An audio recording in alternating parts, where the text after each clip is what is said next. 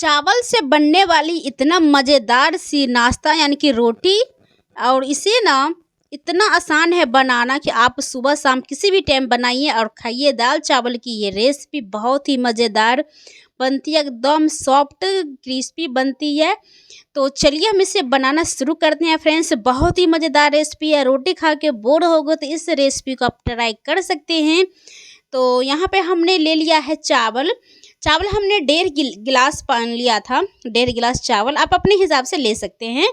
तो दाल चावल यहाँ पे हमने भिगो के 2 घंटे के लिए छोड़ दिया था। 1.5 से 2 घंटे में ये भीग जाते हैं, 1 घंटा में से ये फूल जाते हैं। तो यहाँ पे दाल चावल हमारा फूल चुका है, इसे हम पीसेंगे। तो दोस्तों ये चावल तो हमारे आंगनबाड़ी में हमारे छोटे बच्चों को मिलते हैं। आंगनबाड़ी, दिल्ली के आंगनबाड़ी में ना ऐसे ही मिक्स करके चावल मिलते हैं। क्या आप लोग के यहाँ भी ऐसे मिक्स करके मिलता है क्या आंगनबाड़ी में दाल चावल? हमारे गांव में तो अलग अलग मिलते हैं, दाल अलग और चावल अलग देते हैं। लेकिन दिल्ली में ना दाल चावल मिक्स ही देते हैं। और इसे हम कैसे यूज करें समझ ही नहीं आता है। ऐसे तो खिचड़ी के लिए देते हैं, बच्चों की खिचड़ी बना के खिलाओ, लेकिन बार बार आदमी खिचड़ी भी तो नहीं खा सकते हैं, नहीं बना सकते हैं। तो मैं से उस चीज़ को ना, उस चावल को ना मैं अलग अलग चीज़ में यूज करती हूँ। या तो कभी चीला बना लिया, कभी कुछ बना लिया। तो अब इस तरीके से हम ख़त्म करते हैं। और सब यानी कि महीने में 2 बार मिलता है तो बहुत मुश्किल हो जाता है ख़त्म करना। तो बातें करते करते यहाँ पर हमने पीस लिया है इस चावल को मिक्सर में, थोड़ा थोड़ा पानी डाल के। और इससे हम पूरे चावल को हम यहाँ पर पीस लिए हैं। तो यहाँ पर जो इसमें लगा हुआ है इसको भी हम थोड़ा सा पानी डाल के इसे हम धो लेंगे और इसमें हम डाल देंगे। और इसमें हम डाल देते हैं दोस्तों। और ये हमारे घोल यानी कि चावल के, ऐसे तो चावल के आटा से भी बनता है, लेकिन चावल के आटा ना बहुत बार ये फटने लगते हैं या फिर तवा में चिपकने लगते हैं। और जब चावल से बनाएंगे ना तो वो बिल्कुल नहीं तवा में चिपकती है। तो इसमें हम 1 चम्मच नमक डाल देते हैं।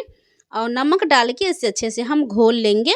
और अभी तो घोल बहुत गाढ़ा दिख रहे हैं तो हम इसमें पानी डालेंगे।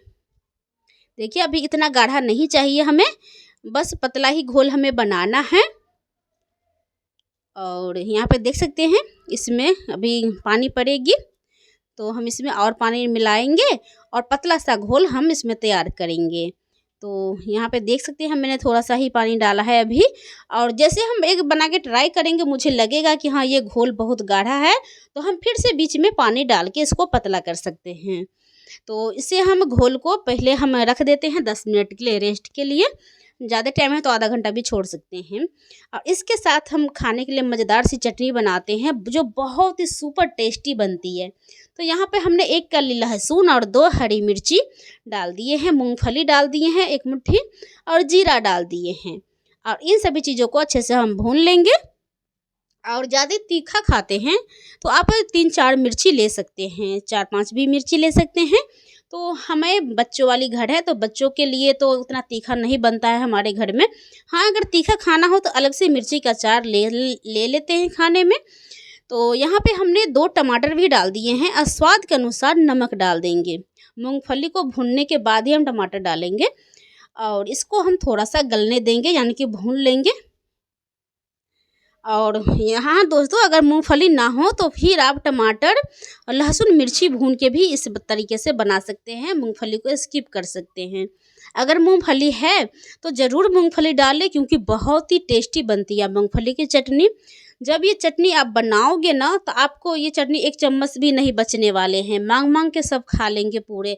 जैसे सब्जियाँ खाते हैं ना वैसे ये चटनी खाएंगे, बहुत ही टेस्टी लगती है। तो इसे हम ठंडा कर लेंगे और ठंडा करके हम मिक्सर में पीस लेंगे। तो इसमें हमें कुछ नहीं डालना है क्योंकि सब तो हम पहले ही डाल दिए, नमक, जीरा और लहसुन मिर्ची हर चीज़ तो पहले से ही डाला हुआ है। तो इसमें हम सिर्फ धनिया पत्ता डाल देंगे। तो धनिया पत्ता हमने ढेर सारी धनिया पत्ता डाल दिए हैं ताकि चटनी की क्वांटिटी भी ज़्यादा हो जाए और अच्छी लगती है। और ठंड में तो एकदम धनिया बहुत ही मिलती है हरी हरी। तो यहाँ पे थोड़ी सी पानी डाल के हमने पीस लिया है। आपको लगे कि पानी की ज़रूरत है तो आप फिर से बीच में।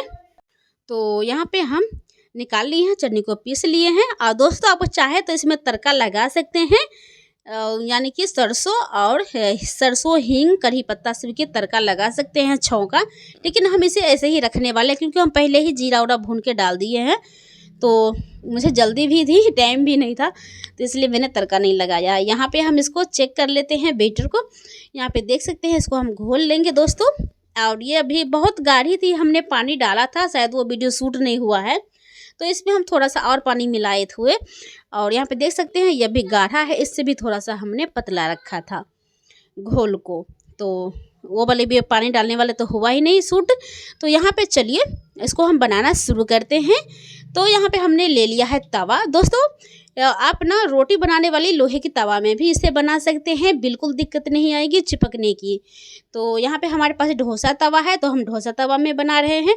अगर आपके पास डोसा तवा नहीं है तो रोटी बनाने वाली तवा में भी आसानी से बन जाते हैं, लेकिन थोड़ा सा तेल लगा लीजिएगा पूरे तवा में।